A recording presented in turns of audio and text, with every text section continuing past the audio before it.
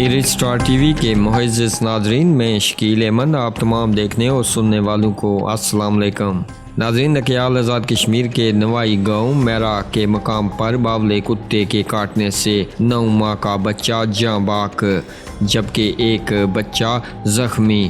آج علی الصبح میرا کے مقام پر صبح 7 بجے باولے کتے نے گھروں کے اندر حملہ کر دیا، جس سے 2 بچے شدید زخمی ہو گئے۔ ناظرین، حسن رضا ولد اسامہ عمر 9 ماہ جاں بحق ہو گیا، جبکہ ایک بچہ ابراہیم ولد محمد نعیم ابھی نکیال تحصیل ہیڈ کوارٹر ہاسپٹل میں زیر علاج ہے۔